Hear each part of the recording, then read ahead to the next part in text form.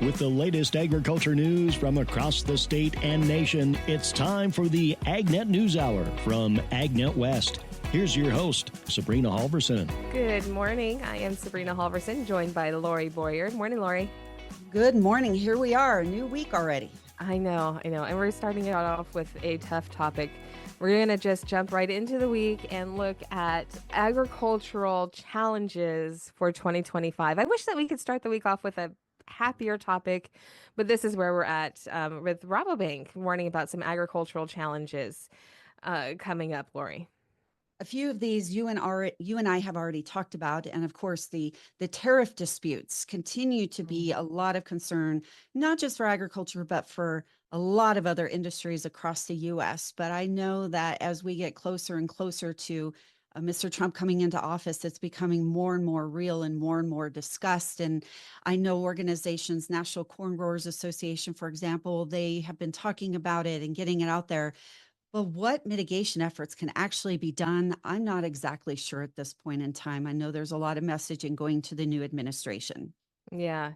So there are some key points that experts are watching, one of them being rising input costs. Now, this is something that we've been talking about for several years now because it has already been an issue, a big problem for the agricultural industry for several years is input costs. You know, when we've been talking about just going back just a couple of years to Russia's invasion of Ukraine, when that started, we started really talking about the cost of inputs going up because many do come from that region. But, again, anticipating that fertilizer, feed, and energy expenses will continue to climb, and that's going to bring down profit margins across the agricultural sector even more than they are already. And, one thing that when you talk with farmers around the nation, as you and I both get to do, it comes up constantly, input costs, input costs, input costs, because it has been just year after year recently, it seems like there's been no relief.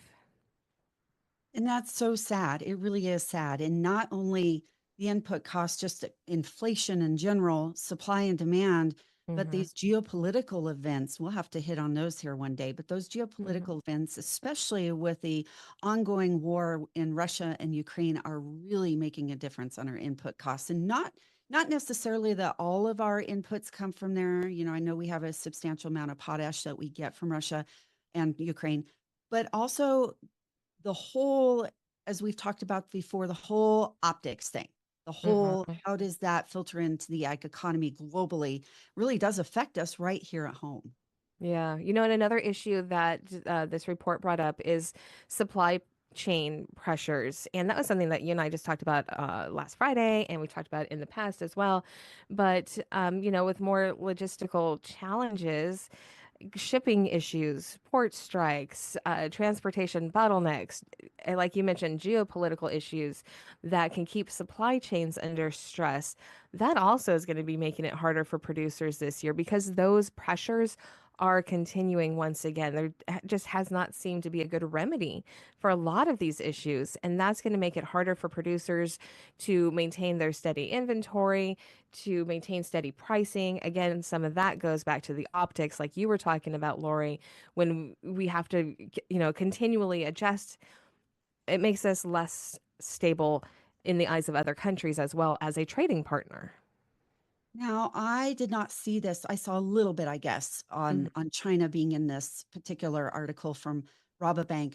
But I have to say, in my interviews, just throwing this in, China is really kind of a wild card in agriculture in general because we do so much business with them. Some would say too much business on both imports and exports and what they own as far as farmland and what we can and can't do.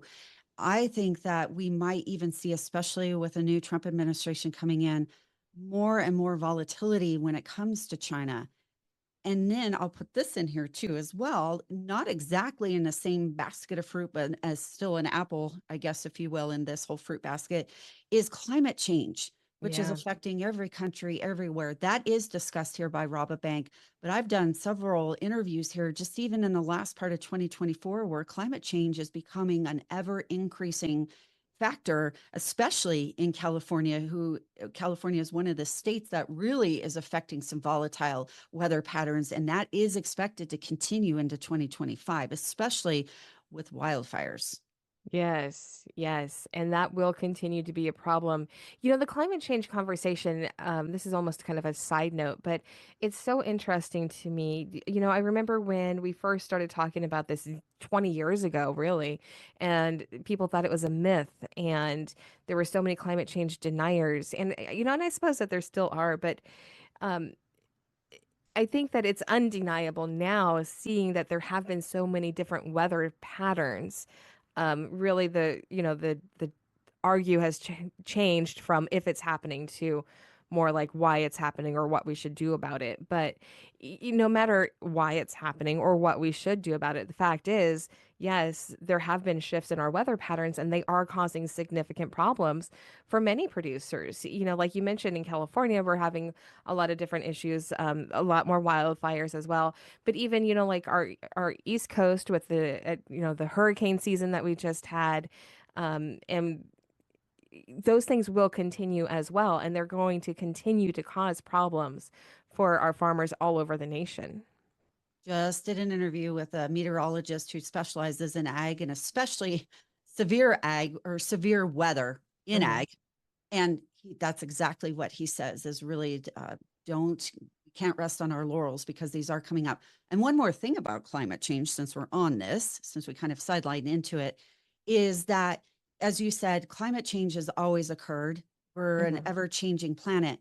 But according to what he said, and even here not too long ago, visiting with another USDA weather person, is that it is different. Climate change has always occurred, but the climate change is changing. And one of the biggest reasons is because now more than ever, we have more asphalt on this planet. More and more ag ground is turning into houses and buildings. And there's just so many more structures. And Hmm. that really makes a difference when it comes to the wave patterns, especially in the ocean, where a lot of our climate change originates from. It's really wreaking some havoc when it comes to that and just to how our atmosphere works. I'm not a scientist, I don't know all the details, but you can imagine, I mean, some of those things that would be absorbed by ground or the soil aren't being absorbed as much as they are. Yeah. They're kind of being shot back up into the atmosphere. Yeah, that is really interesting. I could talk about that all day on its own. We do need to take a quick break, but we will be back in just a moment. Welcome back to the AgNet News Hour. Here's Sabrina Halvorson. Welcome back to the AgNet News Hour. We are talking about some challenges that ag is expected to be seeing in 2025. We were just talking about climate change and some of the issues there. And, Lorrie, you brought up a very fascinating point. Like I said, I could talk about it all day, but with the fact that we do have more asphalt and buildings rather than, natural ground, that does cause changes on our, with our weather as well. I might also just throw this in since we're side noting on a side note. Hmm. That's also something that's being looked at by scientists as far as our own body health, because the ground, the soil at one time absorbed a lot of the harmful uh, UV rays and some of the harmful toxins and free radicals and things like that that cause damage to us. But because of the structures in the asphalt, now our bodies are starting to absorb more of that. So there could be some more coming out on, is that causing some of the cancer things we've seen? But anyway, I just thought I'd throw that in because it is That is interesting interesting. to me. Yeah, Yeah, we're gonna have to do a whole nother show on just on that. We'll start lining up our experts. I like that topic a lot. I do All too. right. It's interesting. So, well, a couple of other issues that Rabobank is saying that ag producers may be facing in the coming year. Shifting protein demand, consumer preferences, especially in higher income regions, are gradually turning toward alternatives to traditional animal protein.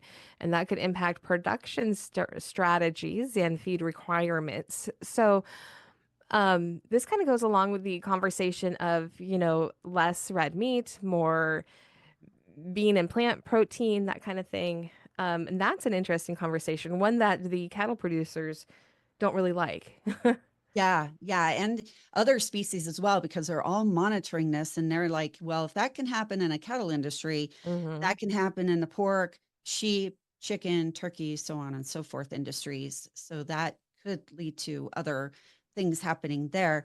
And then my first thought, when we talk about that as well, we still need land to produce pea grain protein or whatever the other proteins are for plant-based stuff. But I also have done a significant amount of interviews and actually did a TV segment on vertical farming. So now we're seeing Mm, more and more farming in containers or plants. When I say plants, I don't mean the actual plant, but I mean facility plants that are going right. higher and higher and higher. And these plants are actually being grown against a wall, if you will. So Yeah. I don't know if that's a valid argument these days or not.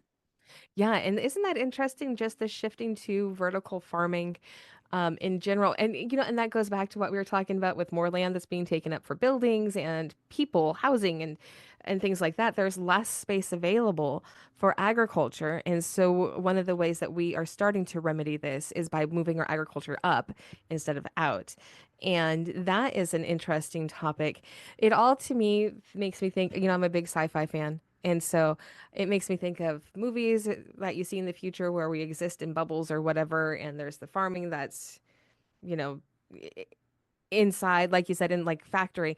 It's a different factory farming, not what the animal rights people like to use, but Yeah. it's in like a plant, not a plant, but a factory, and you've got actual plants growing up against walls and using hydroponics instead of soil. It's all fascinating. Yeah, that first thing you said, the bubble, like I've seen where there's talk about raising crops underwater in a bubble. And we're even talking about shipping off crops to be grown on other planets, even. And I actually did an interview with a person here in California. They're actually developing lettuce just for that. So there's that going on too. That is really interesting. Just the ideas of, well, so we started the conversation talking about challenges that ag is going to see in 2025, and there are many, but, it reminds me how resilient agriculture is and how the industry faces these challenges, and finds solutions to them. Absolutely. And then I think one other thing here to note as we round out our time here soon is, of course, inflation. I hate that word because it just gives me heebies because it's hard. You and I are both consumers and we both have families, and inflation affects us just as much as anyone else. And it is so difficult to be able to run your household and run a budget with inflation going on, and it's volatile. It is, and it does make everything so much more difficult. You have to, as a consumer, you have to figure out where am I going to cut corners because these other things that I have to have are costing more. And then as a business, which agriculture is, of course, our farmers, that's a family business. It's Right. the same thing. You have to Right. look at, well, I have to keep running my business. Where can I cut these corners? And that's hard. In an agricultural business, what corners can you actually cut? I mean, that's a very difficult consideration. It's one that we could talk about forever, but we are out of time for this segment. So we do need to take another break and then we will continue. This is the AgNet News Hour. I am Sabrina Halvorson. She is Lorrie Boyer, and we'll be right back. This segment is brought to you by Live Earth Products. To get to know a little more about Live Earth Products, we're talking on the phone today with Vice President Russell Taylor. How do humates, and specifically those produced by Live Earth Products, help with greenhouse gas emissions in farming practices? So the interesting thing is that I like to say it's unique to us, but it's not. Humates and organic matter do a very interesting and very important task in the soil, and that is retain nitrogen. Now, what happens is when farmers apply nitrogen, not all of it is obviously used by the plant, and so some of that nitrogen is lost in multiple ways. It's lost, volatilized, mineralized, or converted. And what happens is some of those converted gases are released as very potent greenhouse gases. And so by the organic nature of humic acids and humates, it helps stabilize that nitrogen and reduce those conversions. Therefore, you get less of those gases created. Now, what's interesting is there's a double dip here, because a lot of times these nitrogen products are created through a process called the Haber-Bosch process. That Haber-Bosch process relies on fossil fuels to create those and fix those nitrogen out of the atmosphere. So by reducing your nitrogen utilization, you also reduce those carbon emissions that are created during the creation of that fertilizer. It's a double dip. You save the fertilizer that you're applying, and you're also reducing your carbon footprint by reducing nitrogen loss. So, with that in mind, tell me a little bit about what exactly Live Earth does. So typically farmers were using our humates or our liquid humic acids with their nitrogen products. And what that does, it helps stabilize that nitrogen, let that plant get a longer opportunity to use that before that nitrogen is lost, volatilized, or converted. And the technology is not unique just to nut crops. It's used with every nitrogen product. We've got some really neat university trials using our humic acid with a liquid UAN32, and it's a liquid nitrogen it can be lost in the nature just due to inefficiencies and poor storage in the soil. To get to know more about Live Earth products, you can visit them online at liveearth.com. That is spelled LIVEARTH.com. Welcome back to the AgNet News Hour. Here's Lorrie Boyer. Today, my guest is Ray Miller. He is a meteorologist with Weatherology. Ray, to get us started, let's talk about some of the general weather changes that you have observed here in your years as a meteorologist. Well, unfortunately, this is really kind of what we expect when we talk about climate change, when we talk about what we used to call global warming. And really, climate change is a better term for it because when you say global warming, people will tend to think, okay, well, it's getting hotter, and that's it. And that comes with its own set of problems, of course. But really, with climate change, what you get is not just a warmer atmosphere, but you get a more active atmosphere as well. The analogy I always use, it's kind of interesting. We talk about the atmosphere moving in waves. We use the same terms to describe movement in the atmosphere that we do to describe ocean waves. We have a trough of low pressure, a ridge of high pressure. Those are terms you're using to describe waves. It turns out that the physics equations, the math and science behind those waves are the same as when a pendulum swings back and forth. It's the exact same kind of physics. So you can imagine, say you have a child on a swing, and you're just sort of gently pushing him back and forth. He's going to swing forward, he's going to swing back, he's going to spend a lot of time in the middle. And that's what we would have in a quote-unquote normal climate. Now, if we add more CO2 into the atmosphere, more heat in the atmosphere, that's like pushing harder and harder. Well, what happens to that kid on that swing? We're going to spend more time out at the extremes on either end. And you think of those extremes not in terms of forward and backward. You think of hot on one end, cold on the other end, dry on one end, wet on the other end. So you see more extreme periods of drought. You see more extreme periods of heavy rainfall. You see more extreme warm periods and more extreme cold periods, and you spend less and less time in what we used to call normal, what we would call an average weather year. And so as the climate continues to change, as it continues to warm, we'll see more and more of these wild swings. We'll have more intense storms, but also more time in between them. So water management in particular, now you mentioned at the start, you spent a lot of time thinking about water. That's going to be more critical because we're going to see periods of longer and more intense drought, followed by periods of more intense rainfall, with much less time in that kind of perfect zone where we get exactly the moisture we need, exactly the temperatures we want. There's going to be fewer and fewer years like that going forward. Ray, when it comes to these extreme weather events, I've heard people say that this has happened before. It's not brand new. Is that true? Well, the climate is always changing. That's true. It's a dynamic machine, and we have had significant shifts in climate in the past, obviously. We've had ice ages. We've had periods of significant melting. The problem is, in none of those periods did we have modern agriculture and modern society that we needed to protect. We survived those periods of significant change, but it would be a stretch to say that we thrived through them. There was significant climate change through portions of the Middle Ages. I don't think anybody really wants to go back to that period in time and live in that way.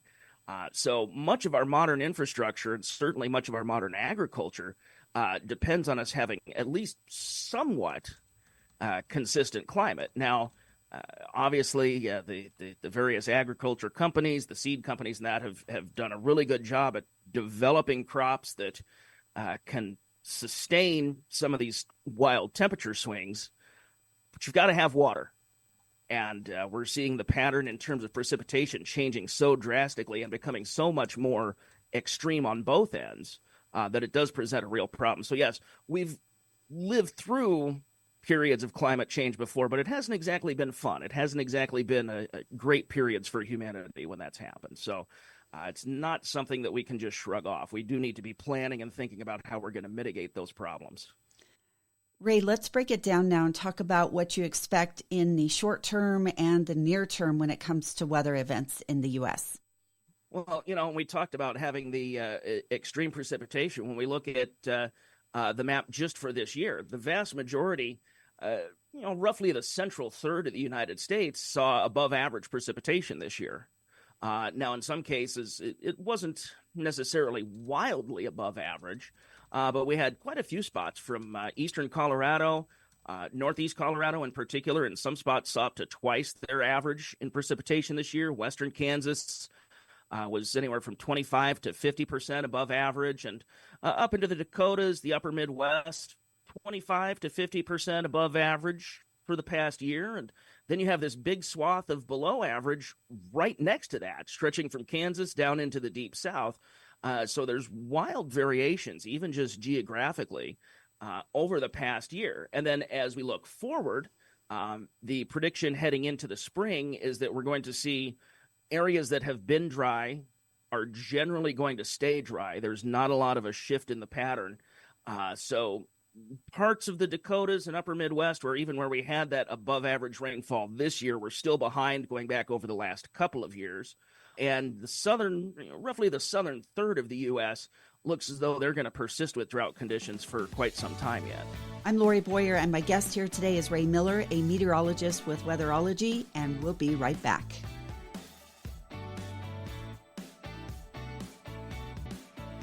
Welcome back here today. Once again, I'm Lorrie Boyer, and I'm visiting with Ray Miller. He is a meteorologist with Weatherology. Picking up on our conversation, Ray, will we see more hurricanes and more wildfires? I mentioned those two specifically because they cost the most money of any other natural disasters in the U.S. Yeah, they're costly because they affect such a huge area, particularly hurricanes. And unfortunately, yes, when we talk about that changing climate, that is a concern. One of the first symptoms that we see as the atmosphere continues to warm is that the ocean temperatures continue to warm up as well. And of course, that is the main fuel for hurricane development. So hurricanes, certainly we would expect, and we've already seen an increase in both the number and intensity of hurricanes, and also, oddly enough, in the size of hurricanes. Generally, an intense hurricane is going to be smaller and more compact. If you think about some of our more historic hurricanes, like Hurricane Andrew, Hurricane Katrina, they were very intense, but they were also comparatively small compared to a lot of Category 1 and Category 2 hurricanes. Now, they happen to hit heavily populated areas, but then you look at a hurricane like Hurricane Helene this past year that was both very intense and also very large. It affected a much larger swath of the country with the very intense winds and very intense rainfall. So not only are we seeing more hurricanes and more intense hurricanes, but we're seeing that the intensity of these storms is covering a larger area, and we would expect that trend to continue. We're going to have periods of drought that will fuel more wildfires. And unfortunately, we're going to see those in areas geographically that aren't familiar with them. California, of course, has dealt with wildfires for years and years and years. We've had fires in various forested areas in the Rocky Mountains forever. That's not anything new, but we are seeing more and more of them. But we're also now seeing wildfires in places like Minnesota, southern Canada, areas that generally have not had these extended periods of dry weather. And we're seeing a generational shift in the frequency of these wildfires. So, Ray, is it the ocean temperature and waves that you mentioned causing those weather phenomenons? There are a lot of variables, of course, and that's the thing. And some folks who are not necessarily sold on the idea of climate change will point to that and say, well, you haven't accounted for all these variables. And there is still a lot of scientific work to be done. We're not at the point yet where we can point at any particular weather event and say this wouldn't have happened if not for climate change. We're just not there because, as you mentioned, there's ocean temperatures. There's variations in ocean temperatures. Just as we have seasonal weather patterns, there's also seasonal ocean temperature patterns. We talk about El Nino and La Nina a lot, which is a change in the temperatures in the Pacific Ocean off the coast of Central America. That has a huge impact on our weather. We were just talking about hurricanes. In an El Nino year, when the Pacific is warmer, the Atlantic tends to be cooler, and you see far fewer hurricanes. So there are a ton of patterns to look at. We are at the point now where you can do some statistical analysis and look at a particular storm system and say it was a certain percentage stronger because of the changing climate. But we're not quite to the point where we can just say, well, that hurricane wouldn't have happened at all because of climate change, or that one happened because of climate change, because there are so many variables. There's temperature variations in the Pacific. There's temperature variations in the Atlantic. One that affects us in terms of our winter weather is something we call the Arctic oscillation, where as the Arctic cools and warms, that affects how much cold air slides down into the U.S. So there are a ton of variables to look at, and that's what makes weather forecasting such an imperfect science and more of a combination of art and science, because you have to juggle those variables and at any given moment figure out which one is the most important. Now, specifically talking about our ag industry, the U.S. ag industry, what does that mean, or what are things that we should be watching for our growers? I think water management and just really being careful about conserving our water resources is going to be the critical factor. Many of our crops are fairly tolerant to the kind of temperature changes we're talking about for the most part. Now, there are some that are more sensitive than others, obviously, but in general, we're in reasonably good shape temperature-wise. But as I said, you can only make them so drought resistant. You can't ever have a completely drought-proof crop. And so I think water management, thinking about irrigation, thinking about water conservation, storing water in years where we have greater amounts of rainfall, good management of reservoirs and wells and that sort of thing is really going to be critical to the health of the agriculture industry over not just the next couple of years, but over really the next generation. That's going to be the real challenge, I think, for our farmers in general, is managing those water resources to make sure that we're taking care of the crops now, but also making sure that we have enough in reserve for those future drought years that are going to become more and more common. Ray, what about man-made structures and asphalt? Does that affect weather patterns? That is part of it, and that's something that we have to account for when we're figuring these things out. As I mentioned, there are all sorts of variables. Yes, as cities expand, you have urban heat islands that, if you have a temperature sensor that used to be out in the country and now is surrounded by suburbia, it's going to register higher temperatures consistently. That's absolutely a fact. And just in general, as the world becomes more industrialized, we are going to see those temperatures increasing because of the increase in urban sprawl, because of the decrease in vegetation. There are solar cycles where every 11 years or so, we go through highs and lows in terms of how much radiation we're getting from the sun, how much that warms up the earth.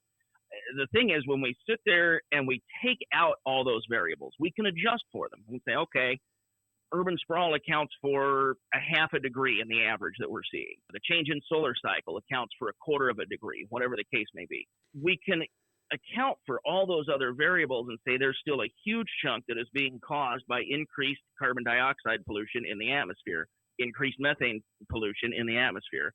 There are those other factors, and that's true. And that is also, I have to say, that is also what makes some of these storms and fires more impactful. They're affecting areas that didn't used to be very heavily populated, and now they are. And so that is increasing the cost, both in terms of financial cost, but also the human cost in terms of lives that are upended when these events happen. That is a factor, but it's not the factor. It doesn't rule out everything else that we've talked about, and doesn't rule out the fact that a huge chunk of our climate change is because of human behavior. Once again, my guest here today has been weatherology meteorologist Ray Miller. I'm Lorrie Boyer, and Sabrina Halvorson is coming up next.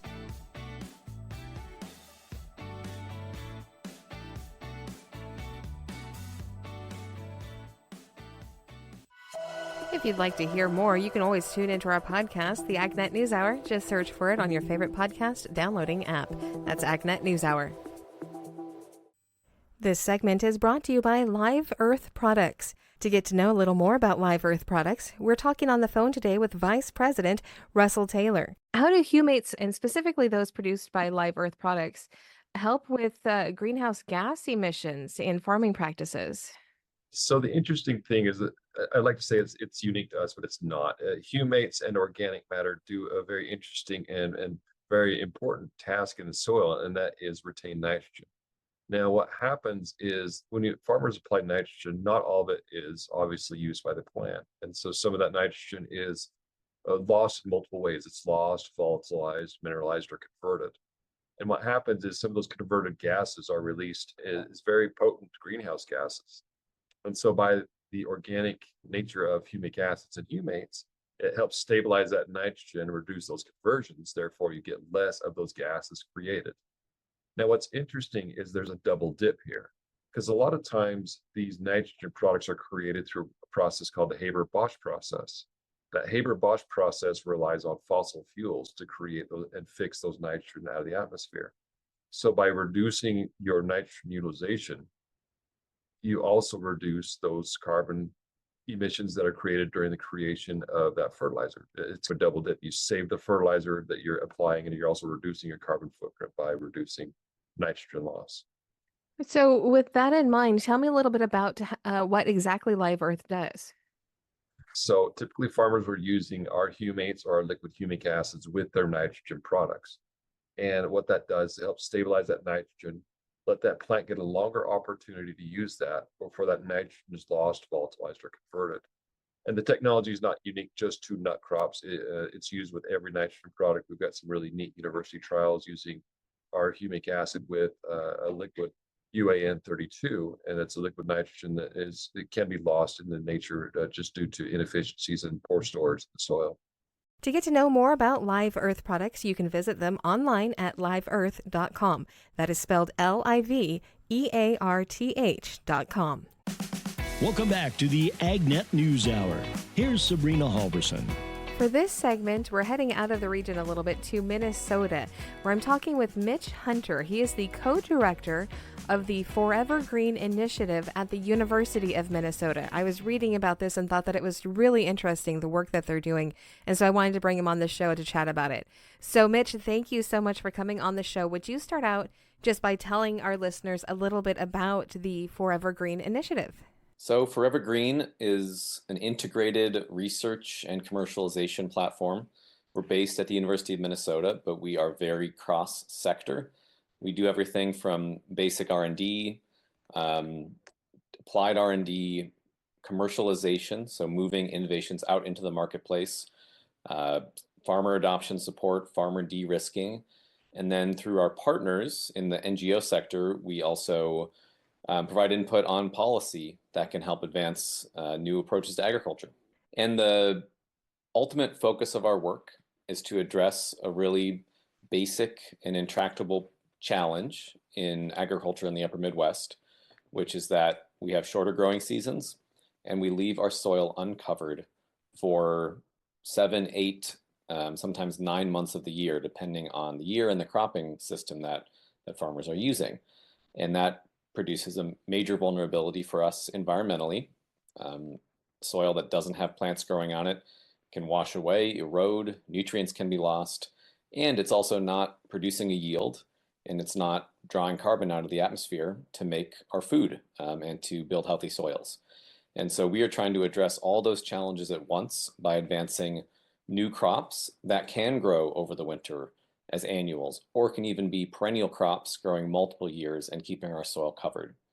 For us, that's our regional intractable problem. I know in other parts of the country it might be water availability or something else. But what we've done is to organize this very comprehensive innovation platform that tackles that problem directly, based in a research university, developing new crops and cropping systems, but then taking that out to the marketplace to actually see change on the ground, and working with policy partners so that we have supportive policy that can help us facilitate this transition. And from what I understand, the Forever Green initiative kind of brings together, a range of different people, different stakeholders, like researchers, farmers, and other industry professionals, right? So that all kind of working together for these problems. Absolutely. That is the core of our model, and that's what we see as our strength. It's a real break from an old-time land-grant university model where scientists would do great science, come up with potential solutions, write a paper about it, and then kind of hope that the world would find out about it and take it up and go make it real. We don't want to operate that way. We want to not just find partners to help us move the work out there, but actually bring in partners on the front end so that we're co-creating solutions that can have real applicability on farms, that can have real uptake in the marketplace, and that folks who are paying attention to, society's needs, like improving our environment, can get behind early on and help us move them forward. One other, we were talking before we started the actual interview, you and I were chatting that while this is airing primarily in California and you are in the upper Midwest, and there are some great differences between the two areas, I think that it's really interesting how work like what you're doing can have bigger implications and even, create other models for other programs as well to create systems where different groups are working together like that. I find that to be very interesting and rewarding. Absolutely, yeah. We see this as a model that can be replicated. Now, I've got to give a ton of credit to my colleagues in California. First of all, diversification is not the challenge in California. As everybody knows, it's extremely diverse agriculture. We're jealous of that.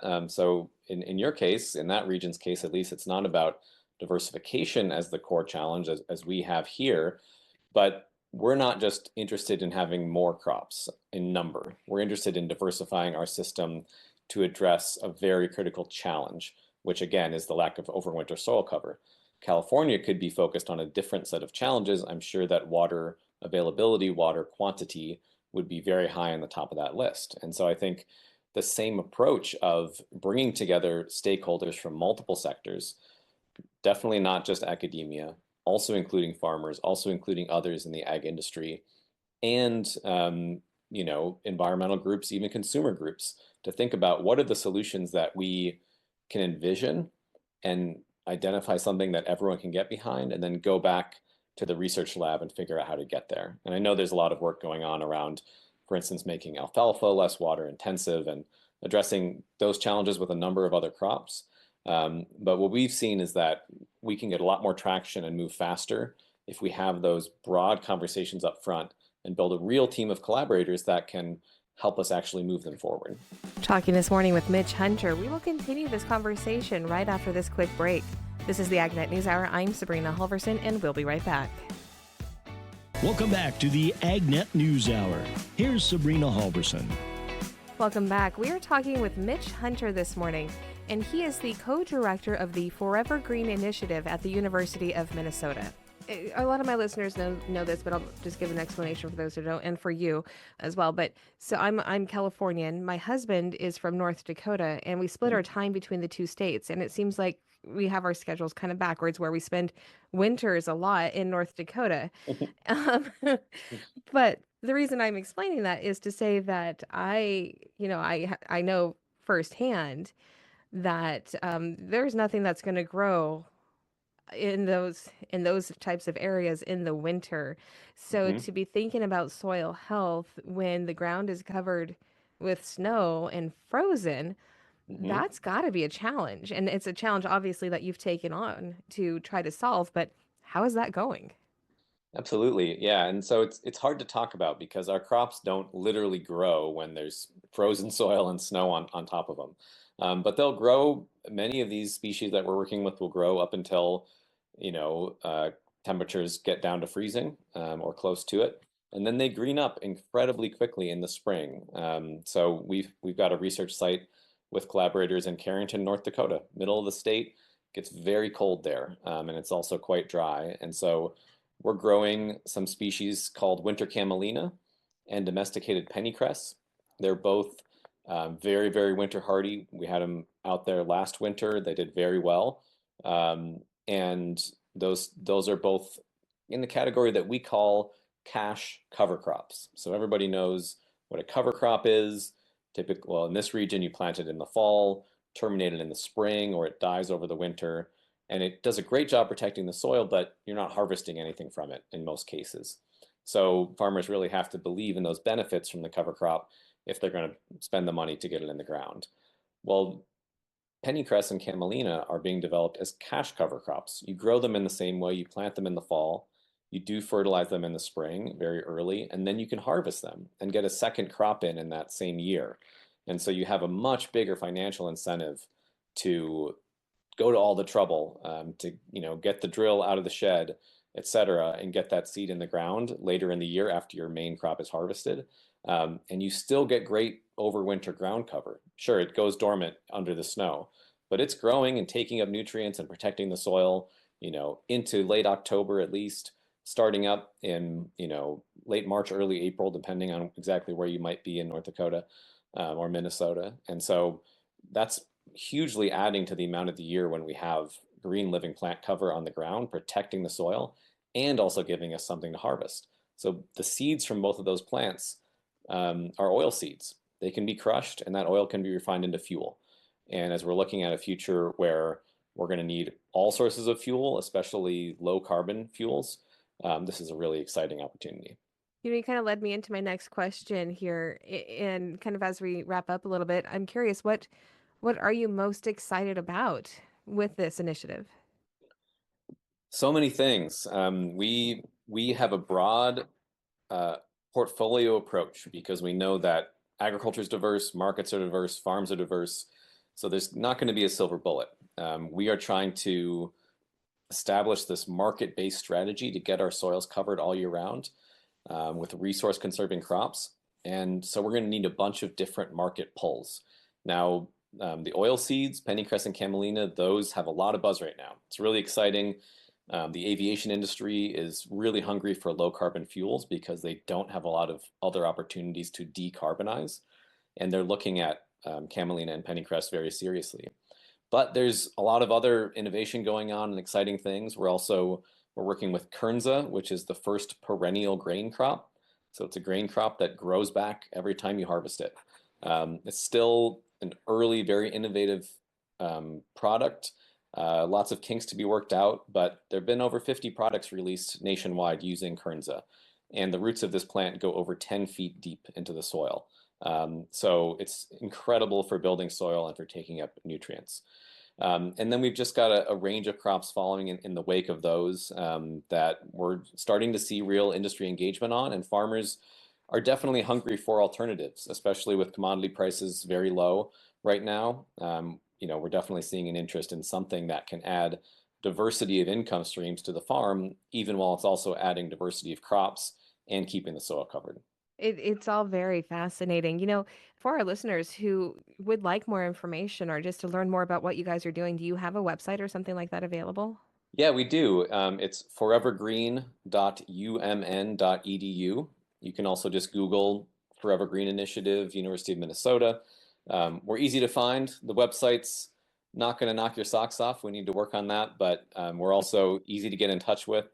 I'd be happy to hear from any of your listeners, any questions. Absolutely interested to engage with folks who are wanting to learn more. That's our show for today. This has been the AgNet News Hour. I'm Sabrina Halvorson. On behalf of Lorrie Boyer and myself, thank you for sharing your morning with us. To get more information on the topics you heard today, visit AgNet West at agnetwest.com. You can also stay connected by following us on our social media at AgNet West on Facebook, Instagram, and X. Also look for Sabrina Halvorson on Facebook, and be sure to subscribe to our podcast by searching for AgNet West on your podcast app. Thank you for listening to the AgNet News Hour from AgNet West. AgNet West Radio Network, your primary choice for agriculture news.